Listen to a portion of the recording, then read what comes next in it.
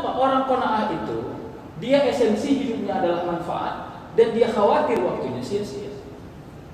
Jadi ada orang nanti Allah turunkan ritme kesia-siaan hidupnya karena dia khawatir kesia-siaan itu membuat dia menjadi orang yang rugi di hadapan Allah, khususnya fi yaumil hisab.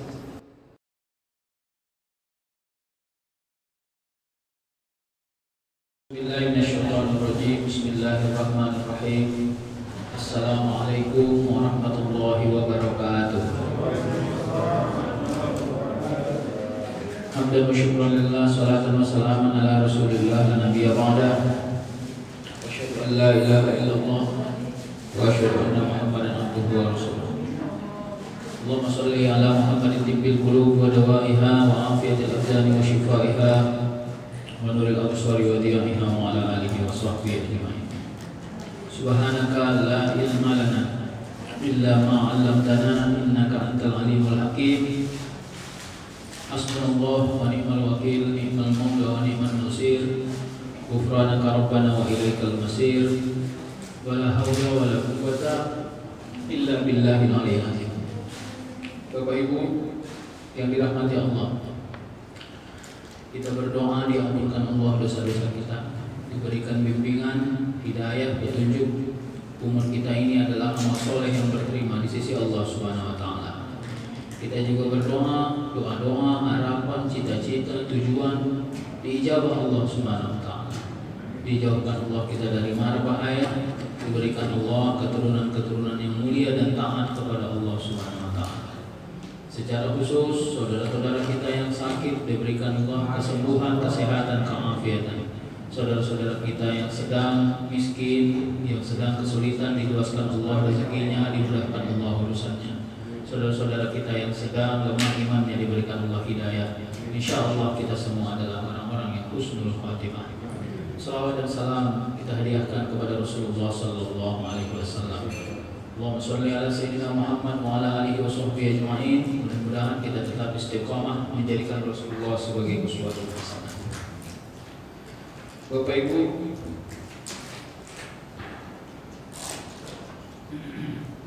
jadi kita bahas masih di qanaah. Jadi qanaah itu ibarat satu kotak. Jadi yang mendesain isi dari kotak ini, kita di dalamnya, yang mendesain isi kotak ini adalah kita. Jadi apakah kotak ini kita buat sebagai tempat yang besar, tempat yang kecil, tempat yang hina, tempat yang mulia, menggembirakan atau menyusahkan, itu tergantung kepada kita. Kalau kita menjadikan kotak yang jauh lebih besar itu adalah cita-cita, maka kita akan menganggap kotak kita ini kotak yang kecil. Kita akan susah di dalamnya, kita akan merasa hina di dalamnya. Kalau kita menganggap bahwa kotak yang berwarna biru lah yang cantik, sementara kotak yang kita miliki berwarna kuning, maka kita menganggap kotak kita ini adalah kotak yang tidak memberi kegembiraan dan kesukacita. Maka inilah yang kita sebut kemarin itu, qanaah itu adalah membentuk mindset bahwa apapun yang Allah berikan, al-milk yang kita miliki adalah satu kecukupan, satu kesempurnaan yang Allah titipkan kepada kita, sehingga tidak ada upatan di dalamnya. Upatan itu apalagi ditujukan kepada Allah Subhanahu wa Ta'ala. Itu sebenarnya. Maka mengganti paradigma. Jam. Bahasa Inggris jam itu apa? Watch. Bahasa Arabnya apa? Bahasa Prancis. Baik. Apa fungsi jam? Manfaatnya apa? Melihat waktu. Ini esensi dasar ya. Selain itu apa? Kelihatan fashionable. Benar toh? Oke kan? Ya mungkin kalau naik lagi ke atas ya, kalau jam tangan maksudnya, ya mungkin kelihatan lebih hedonis lah, kira-kira gitu. Ada nggak jam nanti yang sudah berubah 180 derajat fungsinya. Ada orang pakai jam tapi tidak pernah melihat waktu karena fungsi jam ansih kepada fashionable, hedonisme yang kehidupan dan sebagainya. Ada. Saya mau bicara secara teknis ini. Nah, salah, tidak salah. Tapi kita kehilangan esensi. Kita kehilangan esensi. Sehingga kehilangan esensi itulah yang menjadi jalan bahwa kita ini kelihatan tidak qanaah, tidak zuhud. Ada orang untuk mendapatkan jamnya dia hanya membutuhkan uang 40.000. Ada orang untuk mendapatkan jamnya dia membutuhkan uang 87 juta. Kita bukan untuk menyalah-nyalahkan orang. Kajian tasawuf tidak suka menyalah-nyalahkan. Kita ingin bicara tentang esensi. Nah, kalau harga 40.000 dengan 87 juta, esensi dasarnya adalah sama, maka orang yang qanaah akan mampu melihat realitas.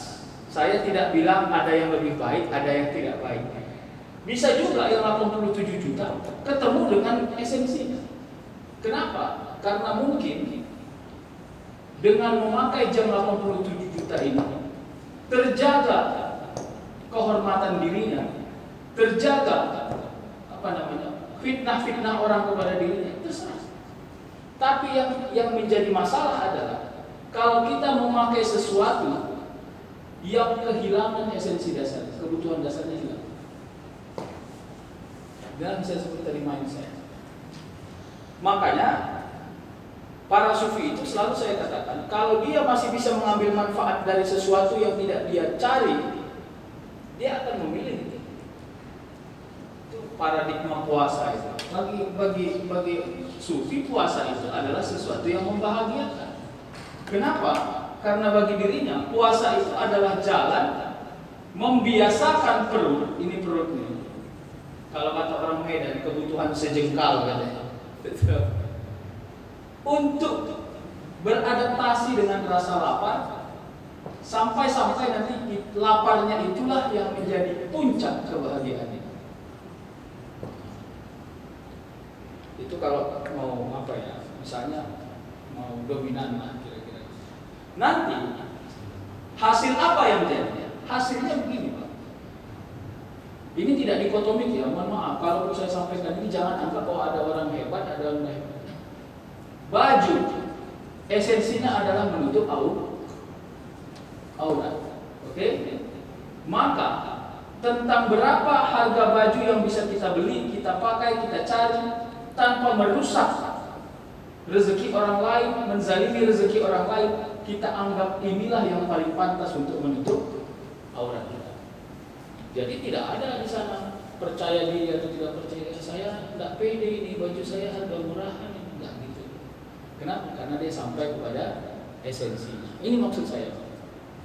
Jadi tasawuf kekinian, ya, kalau istilahnya Buya Hamka bilang tasawuf modern, dia tidak akan menyinggung orang yang kelihatan bonafit dengan kepemilikan yang banyak, tapi dia tidak juga akan merendahkan orang yang kelihatan tidak memiliki.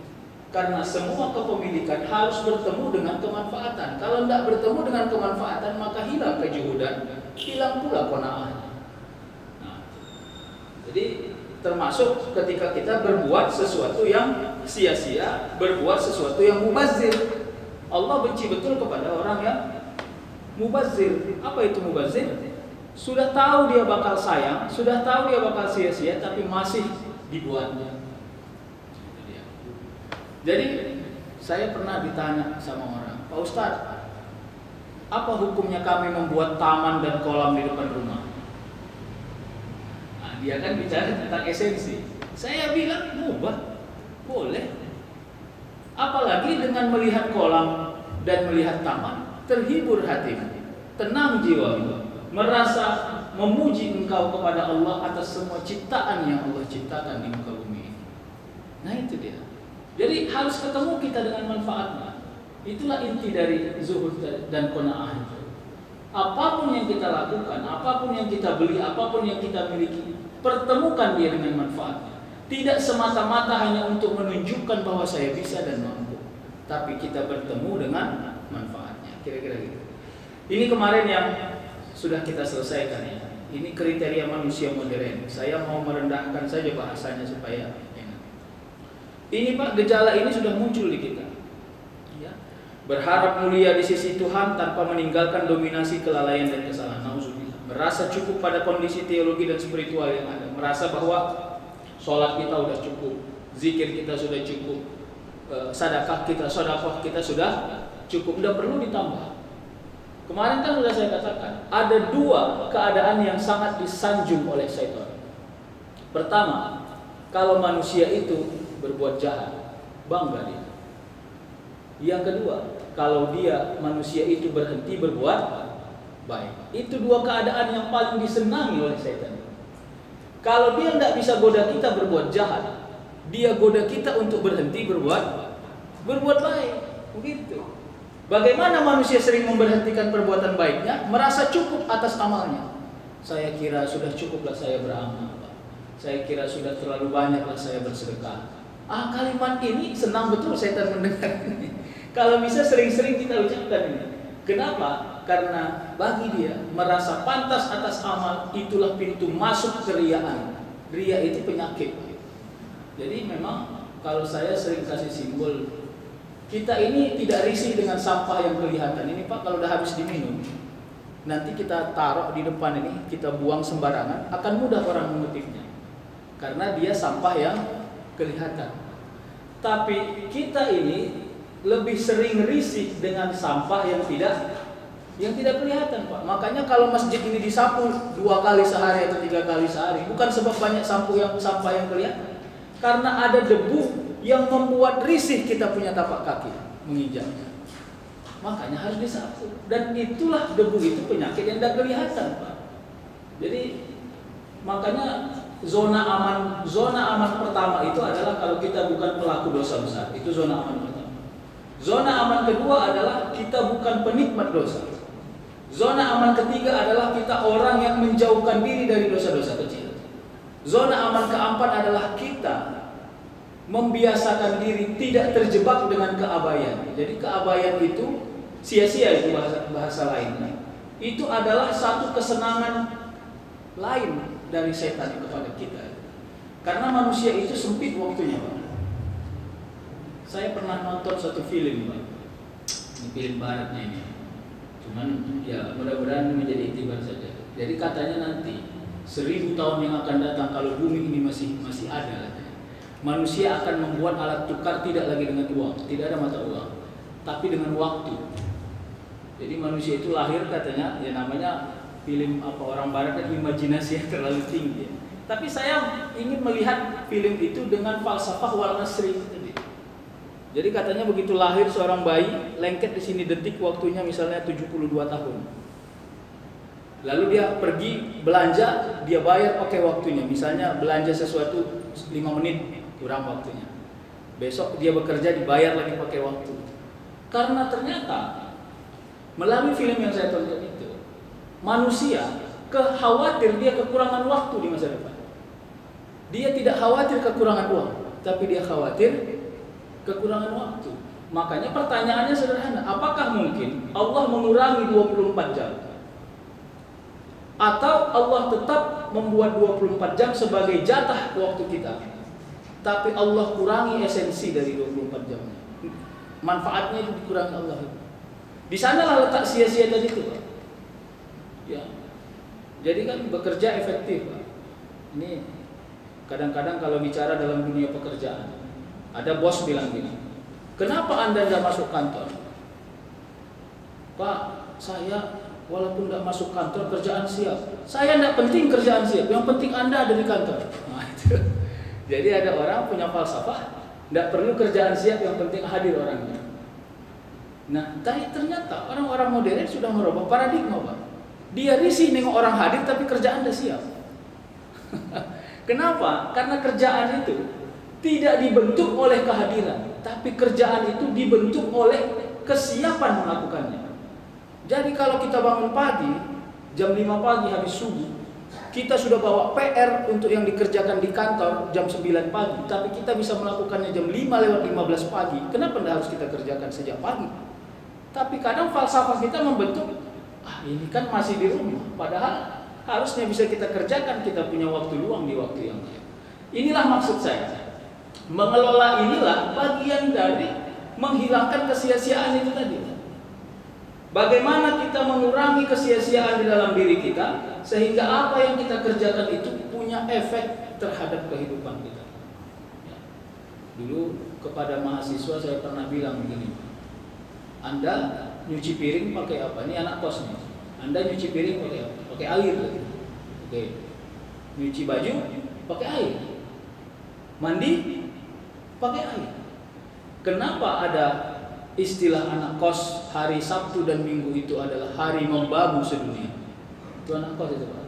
Itu saya ketemu waktu saya jadi WD3, mahasiswa saya punya status hari membabu sedunia. Gitu. Kalau Sabtu dan Minggu. Karena dia tidak bisa lakukan setiap mandi menyelesaikan semua urusan yang berhubungan dengan air. Sederhana Pak. Harusnya dia punya waktu yang lapang Sabtu dan Minggu. Karena setiap mandi dia menyuci piring dan menyuci baju. Ini bicara manajemen ini Pak. Kenapa begitu? Karena dia tidak mampu mengelola waktu bangunnya, tidak mampu mengelola jam mandi, tidak mampu mengelola lama dia punya mandi, tidak mampu. Kenapa itu tadi? Itu ada hubungannya dengan qanaah. Kenapa? Orang qanaah itu dia esensi hidupnya adalah manfaat dan dia khawatir waktunya sia-sia. Jadi ada orang nanti Allah turunkan ritme kesia-siaan hidupnya karena dia khawatir kesia-siaan itu membuat dia menjadi orang yang rugi di hadapan Allah, khususnya fi yaumil hisab. Itu dia sudah jelas. Jadi oleh karenanya ini nanti silahkan. Kalau menurut saya orang yang tadi itu setiap mandi dia cuci baju, cuci piring, cuci baju, cuci piring, misalnya dia cuci satu-satu. Hari Sabtu, hari Minggu dia punya banyak waktu untuk melakukan banyak hal. Termasuk istirahat, karena istirahat itu juga sunnatullah. Istirahat itu juga sunnatullah. Jangan anggap bahwa kita tidak harus istirahat. Gitu ya. Berikutnya, merasa maklum pada kelemahan dan dosa yang berulang sebab dunia sedang melakukannya. Ini juga ngeri Pak. Saat ini paradigma yang dibentuk adalah korupsi itu adalah dosa yang dimaklumi. Nauzubillah. Ini juga ngeri. Korupsi itu adalah dosa yang dimaklumi. Jadi kalau hati manusia sudah mulai tertutup dengan dosa, jadi ini orang dosa besar DB, dosa kecil DK, sia-sia SS. Dia orientasi hidupnya adalah jangan melakukan dosa besar, gitu ya. Ini bicara teknis juga ya. Dosa kecil dihindari, sia-sia masih boleh-boleh saja. Nah, kira-kira gitu.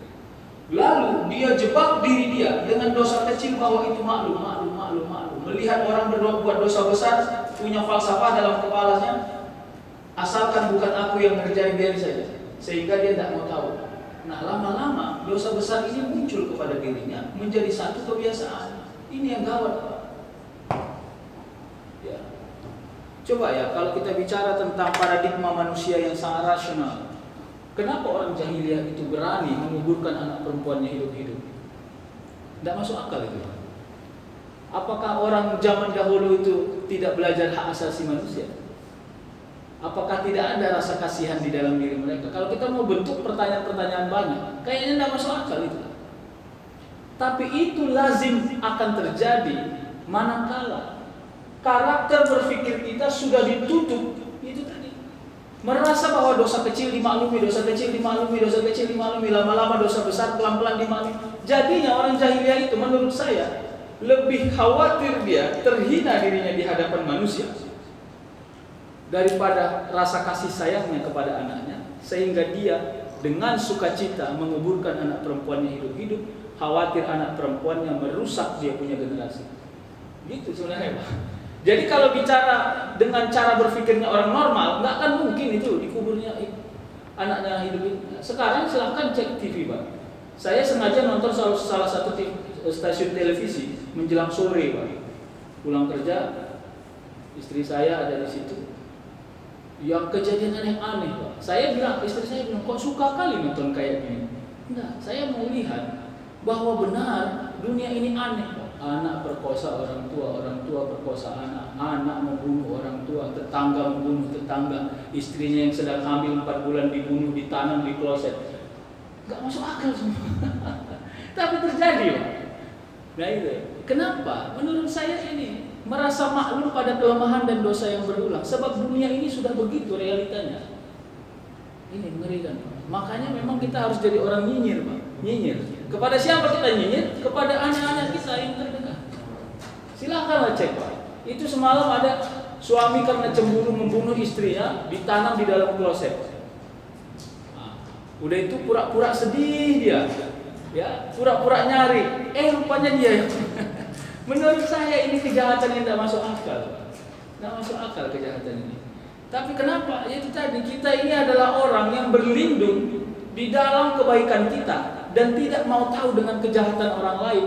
Orang lain itu maknanya adalah orang yang terdekat kita, sehingga lama-lama kita ini jahat dengan sendirinya. Nauzubillah. Nauzubillah. Mudah-mudahan Allah melindungi kita. Yang berikutnya apa? Ketakutan pada kemiskinan mengalahkan ketakutan pada ancaman agama. Nauzubillah. Jadi kalau ada orang ridho dirinya meninggalkan sholat sebab pekerjaan, ini hina orang. Jadi yang boleh itu adalah memberi apa Pak? Luang. Saya juga termasuk orang yang ingin mencoba menegosiasi. Ada film dulu, katanya gini, dia sudah azan sholat Jumat. Waktu itu dia di negara minoritas film ini. Ini filmnya dulu sempat didebat sebentar ini di kalangan majelis ulama pusat. Dia berada di negara minoritas, sedang sidang tesis atau sidang ujian apa gitu, azan. Lalu dia minta supaya stop, berhenti dulu, saya mau sholat. Oh enggak bisa, karena yang ujian bukan hanya Anda. Nah, kalau dalam kondisi yang seperti ini di negara minoritas, ayo kita diskusikan. Tapi bukan berarti dengan rasa gembira kita meninggalkan sholat. Ya, saya pernah menyuruh mahasiswa saya meneliti tentang kenapa jam-jam di bioskop itu bertentangan dengan jam-jamnya sholat. Tes Pak, coba. Ini kan udah gak bukanya bioskop lama-lama Pak. Ada sholat bioskop masuk sore, habis maghrib lewat, isya ketemunya. Ada yang masuk zuhur, asarnya lewat, yang gitu-gitu. Silakanlah cek. Ya, sempat saya bicara dengan asisten manajer sebuah bioskop di Medan ini. Saya tanya, bisa nggak dirubah jam-jamnya itu? Ternyata jam-jam tayang itu rupanya secara nasional diatur, Pak. Nggak tahu saya. Jadi nggak bisa digeser-geser jam itu. Itu rupanya perubahan orang membawa satu film dari ini ke sini gitu ya. Jadi dibuat jarak jamnya gitu. Karena film itu ternyata untuk satu kota ada satu inilah gitu ya. Nah, wallahu a'lam. Tapi memang begitulah paradigma kita bentuk sehingga akhirnya kita ini khawatir pada kemiskinan daripada ancaman agama. Nauzubillah. Kita lanjutlah kajian kita ini. Nah, apa itu qanaah? Qanaah itu adalah sikap rela. Gitu ya. Rela itu kayak mana? Apalah deskripsi dari rela? Ikhlas ya. Rela itu kalau kita berada di satu mall, memegang 2 baju yang akan kita beli, mau yang hijau atau yang biru, yang hijau atau yang biru, gitu-gitu toh. Dua-duanya sama cantik. Tapi begitu kita pilih yang biru, masih nengok-nengok ke belakang gitu. Itu namanya lawan dari rela, Pak. Nah itu mau cari yang paling mudah lah ini kira-kira. Orang yang tidak rela itu masih berhasil dia membincang sesuatu yang sudah lewat terjadi. Dulu kalau lah aku nggak kawin sama dia, masih gitu-gitu tuh Pak. Berarti dia nggak rela kawin sama suami yang sedang itu Pak. Orang rela itu Pak, tertutup mata masa lalunya untuk membincang itu pada masa kini. Itulah orang rela itu Pak. Makanya sulit. Temannya ikhlas. Ya, dulu kan saya contohkan ikhlas itu dengan orang kehilangan. Kan udah saya ceritakan ini kan. Hilang sepatunya di masjid harga mahal, ya dicari sama orang masjid, lihat CCTV, harga sepatunya 4 juta tuh mahal, nggak ada. Dia bilang saya sudah ikhlas, nggak apa-apa, nggak usah lagi dicari. Pulang sampai rumah dia bilang sama istrinya, mama tahu sepatu yang kita beli di Singapura harganya rupiah 4 juta, tahu, sudah hilang di masjid, tapi papa ikhlas. Alhamdulillah. Sampai di kantor dia ketemu sama kawan-kawan, dia bilang, kalian tahu sepatu yang saya beli yang saya pakai tiap hari harga 4 juta itu di Singapura saya beli. Tapi ingat, saya hilang sepatu itu, saya ikhlas. Dia buat status di Facebook, Anda ingat dulu ada sepatu yang saya pakai. Akhirnya manusia sejagat raya ini tahu kalau dia ikhlas. Karena ikhlas itu butuh eksistensi. Apa jadinya orang nggak tahu kalau kita ikhlas tuh sakitnya tuh di sini. Jadi kita ini butuh energi dunia untuk ikhlas. Itu ngeri, Pak. Makanya nauzubillah. Makanya oleh karena itu pelajaran ikhlas itu tidak pernah selesai sampai manusia menghembuskan nafas terakhir. Kenapa? Karena dia butuh rasa kehilangan yang tinggi. Ya, makanya inna lillahi wa inna ilaihi roji'un itu kalau mau dibincang falsafahnya, dikupas satu-satu. Roji itu rojak, itu pulang. Bapak Ibu kalau kita mau flashback, asal lonceng sekolah, teng. Sekarang kan bayar Pak, gitu kan. Dulu kan lonceng, teng. Awak mau nangis atau gembira? Gembira, hore kalimatnya Pak, hore. Apalagi les terakhir tidak masuk, itu kayak hari raya tuh Pak. Coba. Kenapa? Karena hakikatnya kita pulang itu gembira. Tapi ada satu pulang yang membuat kita sedih, pulang ke kampung asal ruh kita berada.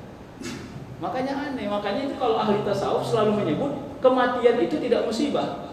Tidak musibah itu kematian, karena kematian itu predictable, sudah diakui, dia bagian yang tidak bisa kita hindari dalam hidup ini. Itu dia. Musibah itu kalau keplekok kaki, hilang sendal, hilang sepatu itu musibah. Kenapa? Karena tidak kita inginkan kehadirannya. Tapi kalau kematian, kalau hakikatnya bukan musibah. Nah, jadi innalillahi wa inna ilaihi raji'un itu adalah orang yang punya faham, dia akan kehilangan dan dia harus rela dengan kehilangan.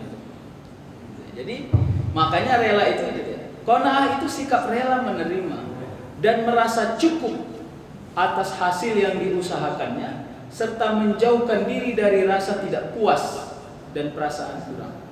Ini kalau bahasa sederhananya. Orang yang memiliki sifat qanaah memiliki pendirian bahwa apa yang diperoleh atau apa yang ada di dirinya adalah iradah. Iradah itu apa? Ada iradat, ada kudrat. Nah ini dari kajian tauhid. Kehendak Allah. Ya. Gini Pak. Ini karena saya masih punya anak kecil, saya paham. Kalau anak kita masih umur 2 tahun, 3 tahun kan banyak selop-selopnya yang kecil-kecil itu. 5 pasang, 4 pasang di rumah. Begitu dia keluar sore hari, dipegangnya lah sepatu yang mau dia pegang. Pakai ini aja ya, katanya. Terus kita bilang jangan pakai itu, tapi pakai ini. Itu namanya kehendak, Pak. Itulah kehendak kita. Belum tentu yang kita miliki dikehendaki Allah menjadi satu yang utuh bagi diri kita. Kenapa? Karena rasionalnya, alasannya itu Allah yang memiliki. Itulah qanaah itu. Jadi katanya orang yang merasa semua yang dia dapatkan itu bagian dari kehendak Allah. Tapi ingat, merasa bahwa itu kehendak Allah itu bukan pesimis, itu bukan orang yang stagnan. Tasawuf itu paling benci dengan orang yang stagnan. Tidak. Jadi dia merasa bahwa semua yang dia kerjakan dalam hidup ini ada remote-nya. Ini manusia, remote-nya dari atas. Disinilah dia rancangan semua kehidupan kita ini. Yang kita kerjakan ini nggak akan pernah keluar dari jalur. Maka kita jangan melawan. Kita harus paham dengan apa yang sudah diatur oleh Allah Subhanahu Wa Taala. Apa kuncinya? Kuncinya akal. Bagaimana akal menjadi kunci? Selama akal masih bisa memikirkan tentang sesuatu yang bisa kita kerjakan, berarti Allah izin itu kita kerjakan. Ingat, izin dan ridho beda. Ada sesuatu yang diizinkan Allah, tapi belum tentu diridhoi oleh Allah. Kapan dia menjadi ridho Allah? Kalau seandainya sesuatu itu bermanfaat untuk keimanan kita, bermanfaat untuk pertambahan amal kita. Ya, jadi ada satu penelitian, ya, seorang orang orientalis katanya, di negara-negara mayoritas Muslim, para ahli agama khususnya Islam itu kerjanya hanya memberi doktrin untuk membuat orang tenang dalam kemiskinannya, tenang dalam kesusahannya. Wow, itu keren tuh penelitian itu. Tapi ternyata di negara orang yang tidak bertuhan, mereka punya kekayaan tapi tidak punya ketenangan. Itu karena banyak orang bayar mahal untuk cari tenang. Kalau Bapak Ibu cek itu bule-bule, Pak. Bule, sekarang kan lagi musim Covid, nggak ada bule. Dulu waktu saya di pesantren tiap hari Jumat datang bule. Bule itu aneh. Dia datang ke Indonesia bukan masuk ke mall, dia tidak mau ke HI, dia tidak mau ke mall-mall yang bonafit. Dia pergi ke desa-desa, ke kampung-kampung, tidak mandi-mandi, tidak pakai sendal. Kenapa? Karena dia cari ketenangan. Dia cari ketenangan. Jadi sebenarnya kita ini dilihat orang berjalan salah di tempat yang benar. Orang melihat kita salah, tapi sesungguhnya kesalahan kita ini dicita-citakan oleh orang lain. Karena orang susah dapat senang, Pak. Nah, itu dia. Jadi oleh karenanya tidak. Bukan karena kita merasa pesimis. Kata orang, kenapa Anda ngomong bahwa tenang kehendak Allah? Karena Anda tidak mampu. Karena kita paham realitas. Apa realitasnya? Bahwa yang kita cari tidak semuanya bisa kita manfaatkan. Ini kalau kita mau pakai logika sederhana aja, Pak. Ibu awak buat hidangan yang paling mahal sekalipun, ujung-ujungnya, ujung dari makan adalah kenyang. Mau makan pakai lauk, tidak makan pakai lauk, ujung-ujungnya kenyang. Kan sama pencariannya.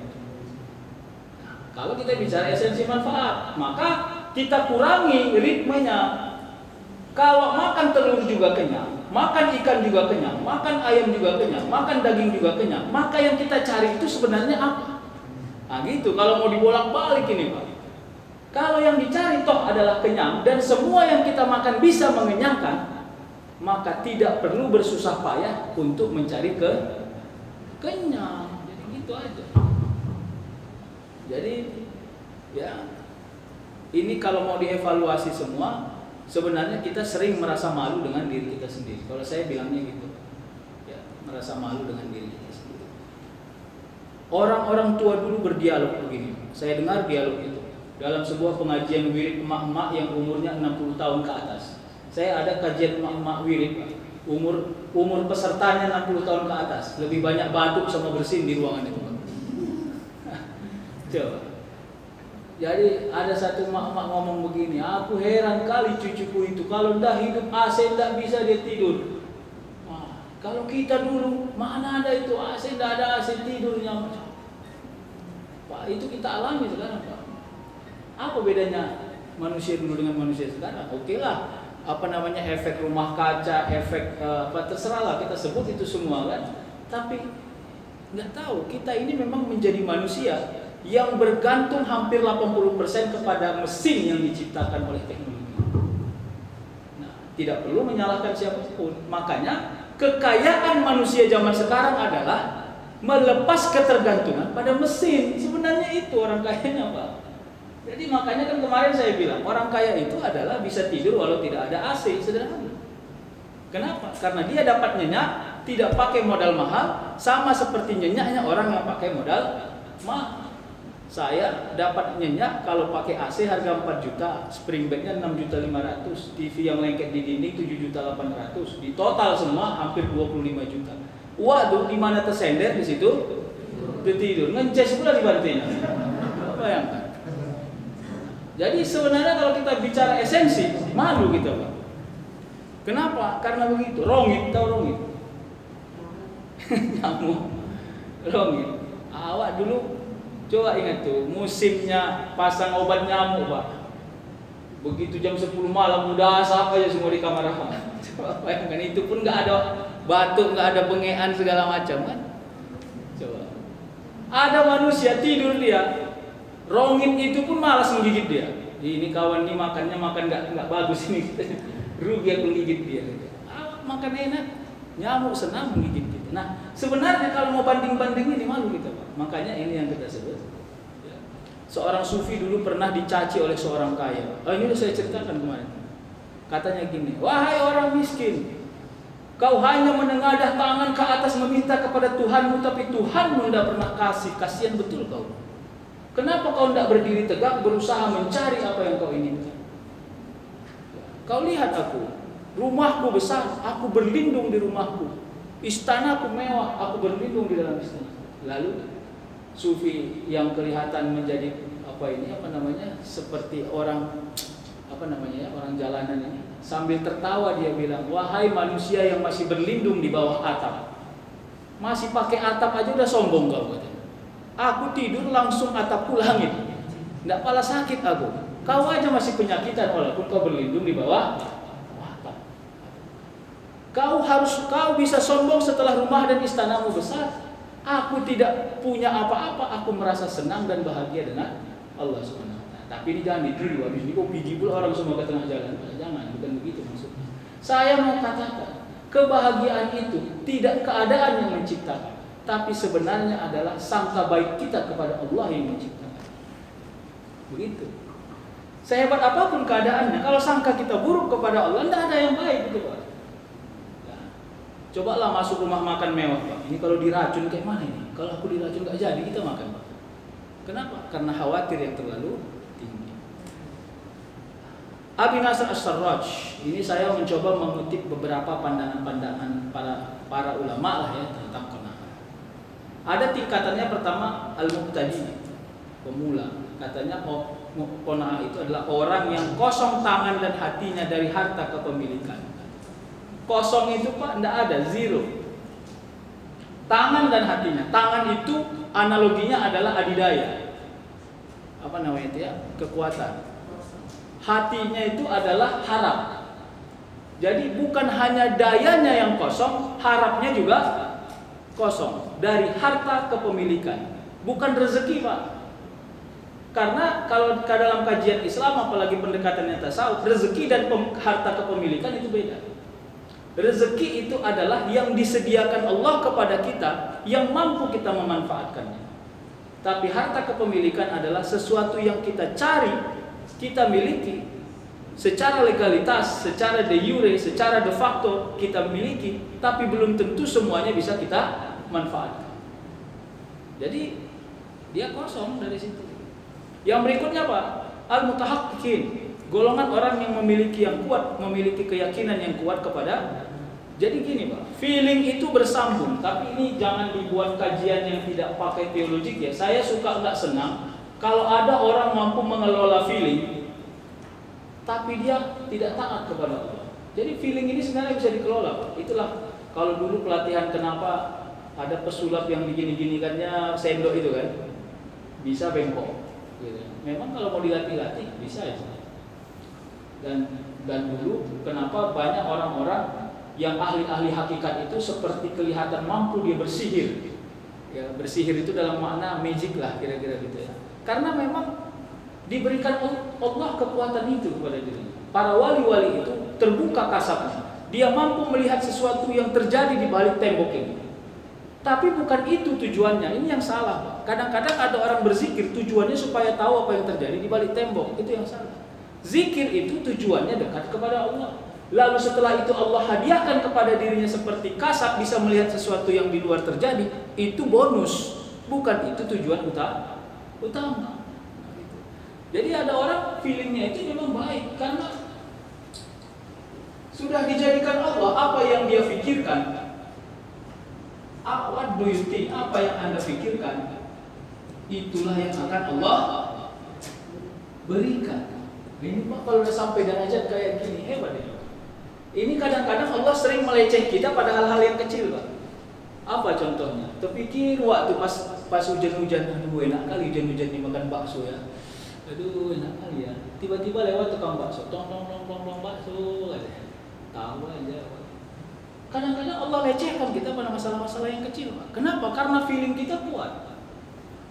Ya, lagi senang makan nasi goreng, tiba-tiba datang saudara ke rumah bawa nasi goreng.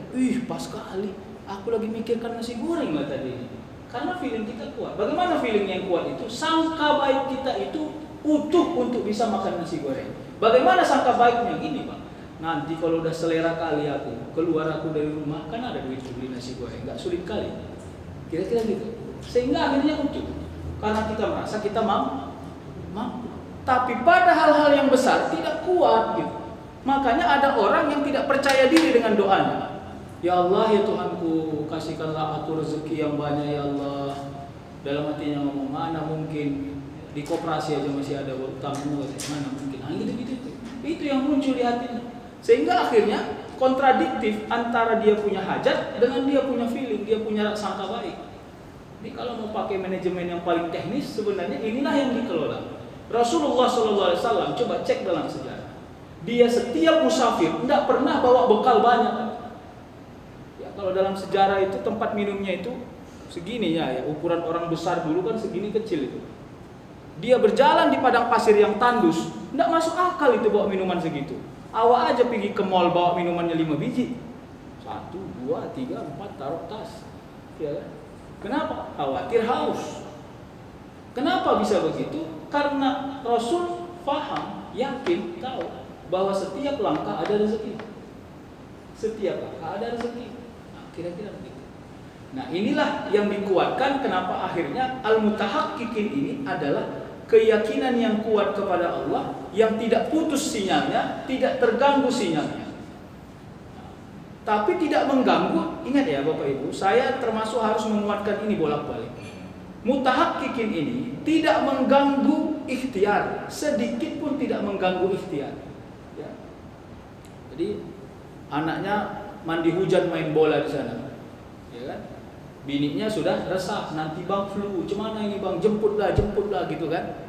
Apa kata ayahnya, suaminya, nanti kalau udah capek pulang dia itu kan pasrah. Nah, kalau orang yang yakin kepada Allah, terfikir dia bahwa yang diomongkan istrinya itu ada benarnya, karena setiap orang yang mendekatkan diri pada penyakit maka dia mungkin akan sakit, maka dia datang ke sana.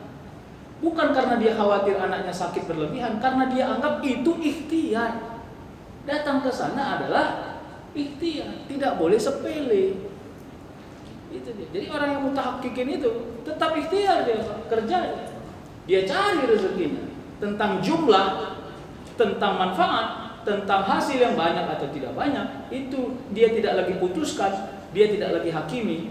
Apakah yang banyak bisa memberi kesempurnaan? Belum tentu. Apakah yang sedikit akan memberikan kekurangan? Tidak tentu juga.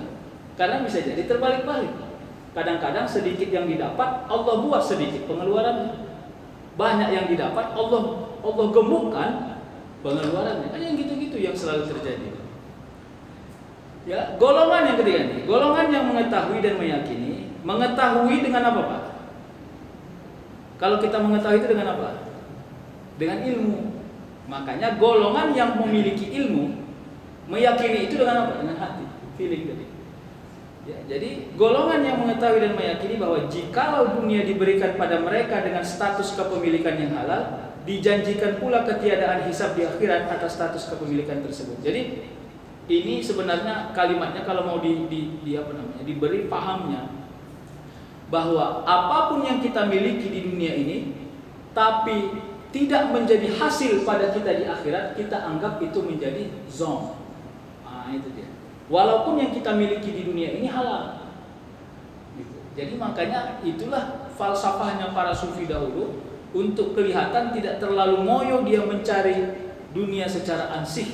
Kalau saya termasuk orang yang sepakat bahwa cari Pak, silakan, mau siang dan malam gak pulang-pulang silakan, asal ridho suami sama istri. Silakan kerja. Selama masih umur bisa, kesehatan mampu, ilmu mumpuni, ayo silakan kerja.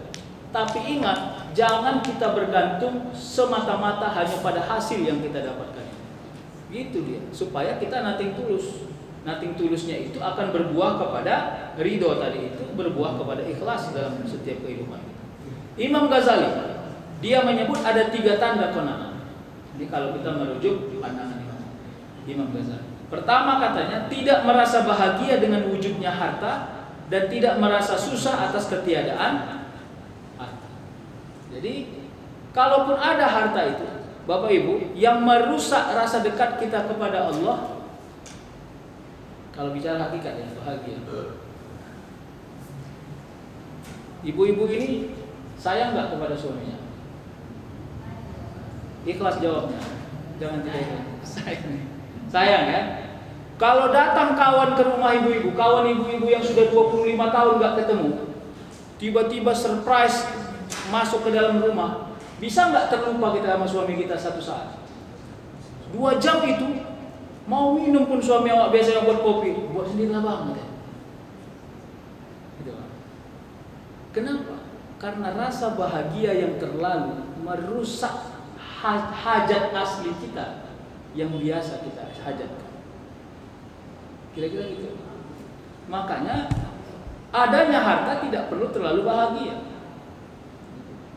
Itu yang kata Imam Ghazali. Ketiadaan jangan merasa susah. Nah, itu kalau Imam Ghazali bilang. Kedua, tidak ada beda baginya antara orang yang mencela dan memuji. Ya.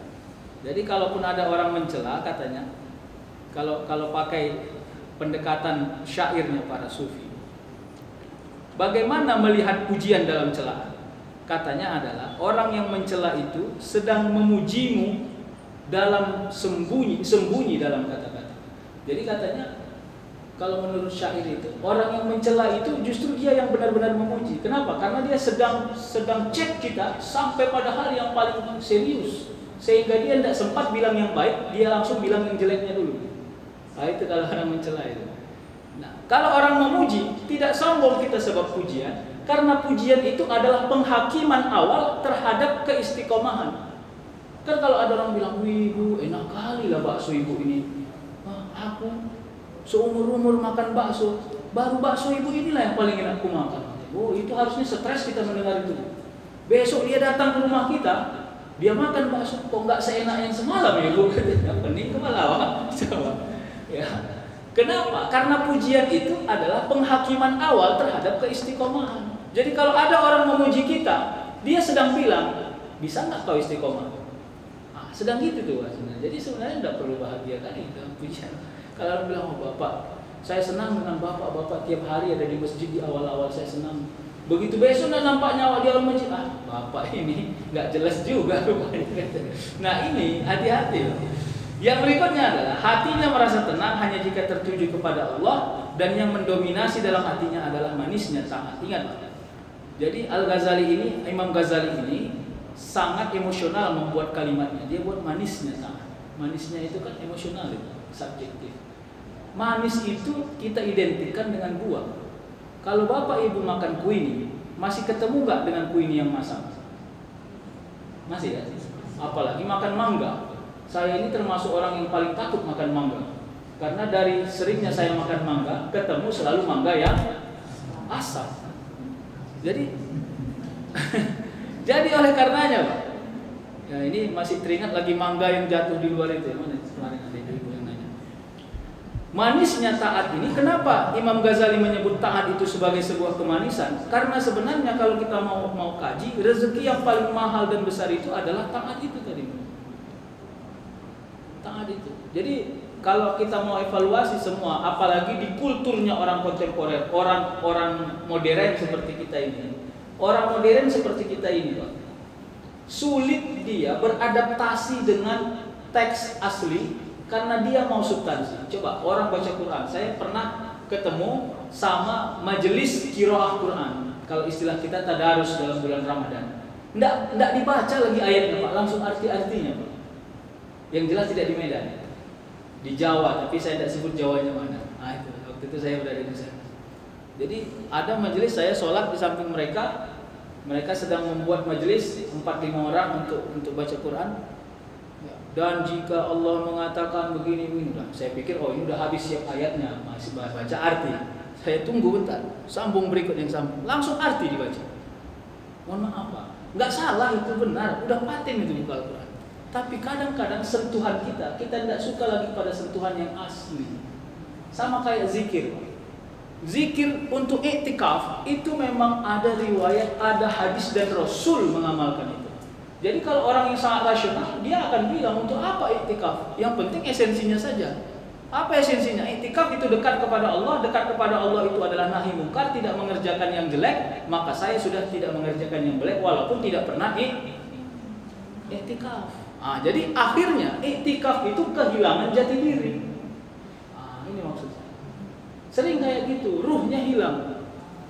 Jadi makanya di sini Imam Ghazali selalu memang menyebut manisnya taat.